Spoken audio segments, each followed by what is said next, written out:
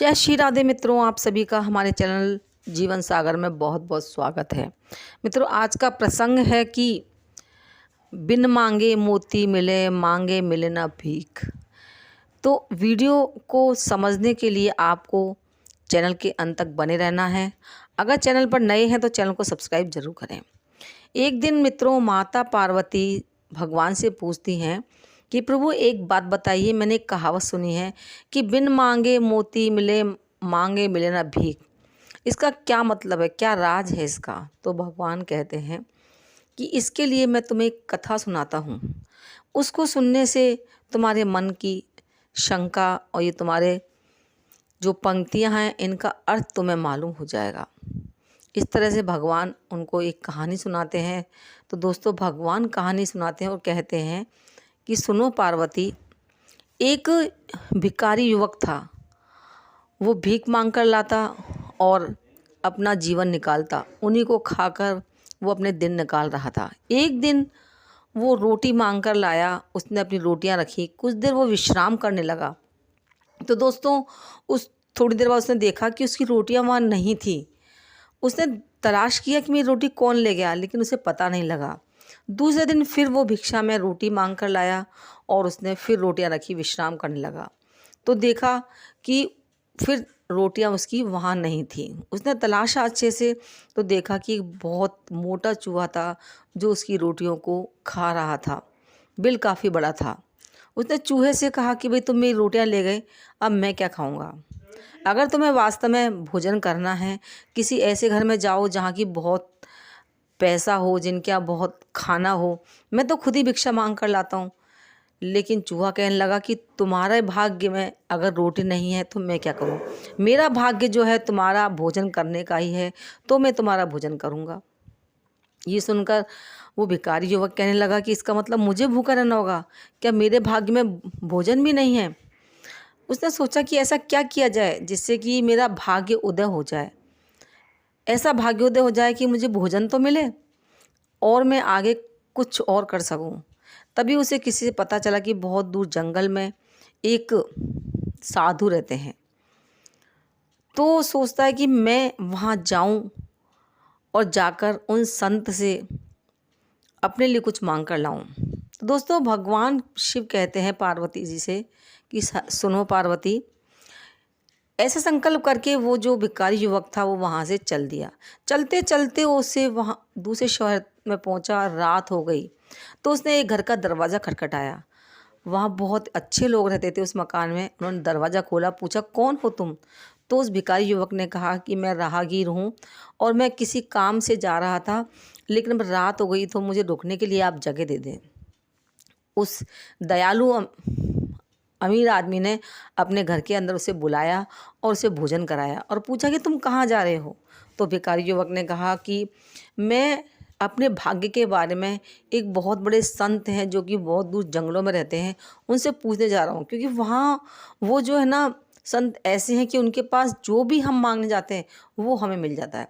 तो दोस्तों, इस तरह से जब वो ये बात अमीर आदमी से कहता है तो वो अमीर आदमी कहता है कि मेरा भी एक सवाल है, अगर तुम पूछ सको तो ज़रूर पूछ कराना। वो युवक कहता है कि हाँ बताइए क्या सवाल है। तो वो अमीर आदमी कहता है कि मेरी बेटी 18 साल की हो गई लेकिन अभी तक वो बोली नहीं है। मैं ऐसा क्या करूँ जिससे कि वो बोलने लग जाए। ये सुनकर उसने कहा कि बिल्कुल मैं आपके सवाल का जवाब लेकर आऊँगा। और इस तरह से बातें करते हुए दोनों सो गए। सुबह उठकर जाने से पहले उसने उनका धन्यवाद किया कि आपने मुझे इतना अच्छा सम्मान दिया और मैं आपके सवाल का जवाब ज़रूर लेकर आऊँगा। इस तरह से फिर वो चल दिया। चलते चलते वो बहुत आगे पहुँचा तो एक बहुत विशाल नदी मिली। उस नदी को पार करना बहुत मुश्किल था। तो दोस्तों, भगवान शिव कहते हैं कि सुनो पार्वती। वो भिखारी युवक सोचने लगा कि मैं किस तरह से नदी को पार करूं। उसे जब कोई उपाय नहीं सूझा तो वो एक तरफ बैठ गया उदास होकर। तभी एक मछली वहाँ आई। उसने कहा कि युवक, तुम कैसे बैठे हुए हो? उसने युवक ने कहा कि मुझे नदी पार करनी है और मुझे कोई रास्ता दिखाई नहीं दे रहा और मुझे तो मछली ने कहा कि अच्छा ऐसी बात है, तुम मेरी पीठ पर बैठ जाओ, मैं तुम्हें रास्ता जो नदी है पार करवा दूंगी। तो इस तरह से उसने युवक को पीठ पर बिठा लिया और रास्ते में पूछा कि तुम वहाँ क्यों जा रहे हो। तो दोस्तों तब वो भिखारी युवक कहता है उस मछली से कि मैं एक साधु के पास जा रहा हूँ जो कि बहुत पहुँचे संत हैं, उनसे अपने भाग्य के बारे में जानना चाहता हूँ। तो मछली कहती है कि मेरा भी एक सवाल है जो तुम पूछ कर आना। मैं काफ़ी समय से प्रयास कर रही हूँ, वर्षों से, कि मैं एक उड़ने वाली मछली बनूँ, लेकिन मेरा प्रयास सफल नहीं हो रहा। मुझे ऐसा क्या करना चाहिए जिससे कि मैं उड़ने वाली मछली बन जाऊँ। तो वो कहता है कि ठीक है, अगर ऐसी बात है मैं तुम्हारे सवाल का जवाब ज़रूर पूछ कर आऊँगा। और इस तरह से वो मछली ने उसको नदी के पार उतार दिया। वो वहाँ से काफ़ी आगे चला तो देखा बहुत सारे पहाड़ थे। उन पहाड़ों को पार करना बहुत मुश्किल था। तभी एक परी वहाँ आई। उसने पूछा कि युवक तुम यहाँ कैसे खड़े हो और क्यों आए हो। तो उस भिखारी युवक ने कहा कि मुझे इन पहाड़ों के पास जो साधु संत रहते हैं उनके पास जाना है, अपने भाग्य के बारे में पूछना है। तो कहा अच्छा ठीक है, मैं तुम्हें अपनी छड़ी पर बिठाकर तुम्हें वहाँ पहुँचा दूँगी, लेकिन तुम जा क्यों रहे हो। कि मैं उनसे अपने भाग्य के बारे में जानना चाहता हूँ। कि अच्छा फिर तो तुम मेरा भी एक सवाल पूछ कर आना।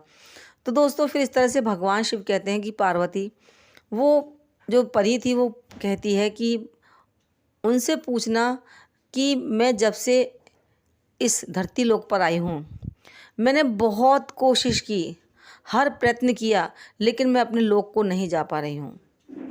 क्योंकि उस परी के पास एक छड़ी थी और उस छड़ी पर बिठाकर वो उसे ले जाकर उसे वहाँ छोड़ दिया। अब वो युवक आगे चलता चलता घने जंगलों में पहुंचा। वहाँ उसने देखा कि एक कुटिया में साधु बैठे हुए हैं जिनके चेहरे पर एक अद्भुत तेज था। वो देखकर बहुत प्रसन्न हुआ और लगा कि हाँ मैं अपनी मंजिल पर आ गया। और वो उनके जागने का इंतज़ार करना लगा क्योंकि वो ध्यान में बैठे हुए थे। जब वो ध्यान से जागे तो दोस्तों वो पूछते हैं कि क्या बात है युवक, तुम कैसे आए यहाँ पर। बहुत आश्चर्य हुआ क्योंकि बहुत दूर थे वो। तो उस युवक ने उनको पहले प्रणाम किया और कहा कि मैं आपसे अपने भाग्य के बारे में जानना चाहता हूँ। तो दोस्तों भगवान शिव कहते हैं पार्वती सुनो।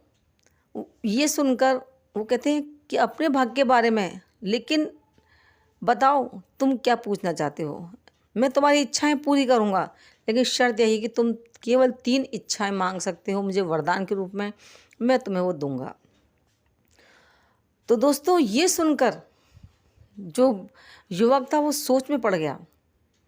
तो दोस्तों भगवान शिव कहते हैं पार्वती वो युवक करे तो क्या करे, 3 इच्छा उसके पास पहले से ही थी जो किसी और की थी, उनको पूरा करना बहुत ज़रूरी था। उसने सोचा कि उस गूंगी लड़की के बारे में जिसे जीवन भर गूंगा रहना था, उस मछली के बारे में जो कई सालों से प्रयास कर रही थी उड़ने वाली मछली बनने के लिए, लेकिन वो अपने प्रयास में सफल नहीं हो रही थी। उसकी इच्छा पूरी करना जरूरी था। और वो परी जो अपने लोक से यहाँ आ गई थी, अपने लोक जाना चाहती थी लेकिन जा नहीं पा रही थी, तो उसकी भी इच्छा पूरी करवाना जरूरी था। उसने सोचा मेरा जीवन का क्या है, मैं और मेहनत करूँगा, कुछ और प्रयास करूँगा तो हो सकता है कि मेरा जीवन बहुत अच्छे से और निकल जाए। उसने अपनी इच्छा न बताकर उन तीनों की इच्छाएं जो हैं उन संत को बताई। तो संत ने कहा कि वो गूंगी लड़की जो है जब अपने जीवन साथी से मिलेगी पहली बार तो वो बोल जाएगी, उन्हें कुछ करने की आवश्यकता नहीं है। और जो मछली है वो अपना जब तक कवच नहीं उतारेगी तब तक उसके पंख नहीं आएंगे और वो उड़ने नहीं लगेगी। तीसरी परी जब तक वो अपनी छड़ी को रखेगी नहीं नीचे तब तक वो अपने लोक को नहीं जा सकती। उन सवालों के जवाब जानकर वो बहुत खुश हुआ। तो संत ने कहा कि तुम अपने बारे में कुछ जानना नहीं चाहते, कुछ अपने बारे में पूछना नहीं चाहते, तुम इतनी दूर से आए हो। तो कहता है नहीं, मैं अपने बारे में कुछ नहीं पूछना चाहता। और ये कहकर वो वहाँ से उनको प्रणाम करके चल दिया। सबसे पहले वो परी से मिला। परी को उसने बताया कि तुम अपनी छड़ी को नीचे रख दो तो तुम अपने लोक जा सकती हो। तो ये सुनकर परी बहुत प्रसन्न हुई और वो छड़ी नीचे रखने की बजाय उसने वो छड़ी उस युवक को दे दी। तो वो युवक और धन्यवाद करती हुए अपने लोक को चली गई। फिर वो युवक उस छड़ी पर बैठकर और नदी के पास आया। वहाँ उसे मछली मिली। तो मछली ने जब उससे पूछा कि मेरे सवाल का जवाब क्या है, तो कहा कि तुम अपने कवच को उतार दो तो फिर तुम उड़ने वाली मछली बन सकती हो। ये सुनकर वो बहुत खुश हुई। उसने भी अपना कवच बदला तो उड़ने वाली मछली बन गई, उसके पंख निकल आए, तो उसके पेट में बहुत सारे मोती हीरे थे जो उसने निगल रखे थे, वो सब उसने उगल दिए और ढेरों सारे उसको हीरे मोती पन्ने दिए। उन सबको लेकर और वो वहाँ से चल दिया। फिर वो चलते चलते झाड़ू बैठकर चलते चलते वो अमीर आदमी के पास पहुँचा और अमीर आदमी ने पूछा कि क्या सवाल का जवाब लाए हो तुम, मेरी बेटी कैसे बोलेगी? तो उसने कहा, युवक ने, कि जब आपकी बेटी पहली बार अपने जीवन साथी से मिलेगी तब वो बोल जाएगी। तो दोस्तों, भगवान शिव कहते हैं कि पार्वती, जैसे ही वो लड़की नीचे आती है, कहती है, अरे ये तो वही युवक है जो पहले आया था। इतना सुनना ही था उसके पिताजी का, माता पिताजी का, कि वो बहुत खुश हुए और वो समझ गए कि यही इसका जीवन साथी है। और इस तरह से वो उस युवक के साथ अपनी बेटी की शादी कर देते हैं। यानी कि बिना कुछ मांगे उसके पास एक छड़ी थी, बहुत सारा उसके पास हीरा पन्ने मोती था और एक सुंदर सी कन्या से उसका विवाह हो गया। यानी कि उसने कुछ नहीं मांगा, फिर भी उसे सब कुछ मिल गया। इसीलिए कहते हैं कि बिन मांगे मोती मिले, मांगे मिले न भीख। भगवान कहते हैं कि पार्वती, अब तुमने सब कुछ समझ लिया कि इसका क्या मतलब है। तो दोस्तों, सच बात यही है, जब भी भगवान से मांगते हैं कुछ भी, तो हम सिर्फ अपने बारे में मांगते हैं, अपने लिए मांगते हैं, लेकिन कभी भी किसी के लिए नहीं मांगते। अगर हमें ये बताया जाए कि तुम्हें कुछ इच्छाएं पूरी करनी हैं, जो तुम कर सकते हो वो लिमिटेड है, तो तुम पहले अपने लिए मांगोगे, अपनी इच्छाओं को पूरी करोगे। लेकिन अगर दूसरों के बारे में सोचोगे तो भगवान पहले तुम्हारा भला करता है। तो ये कहानी, ये जानकारी आपको कैसी लगी, कमेंट करके ज़रूर बताएं। वीडियो पसंद आई हो तो लाइक करें, शेयर करें।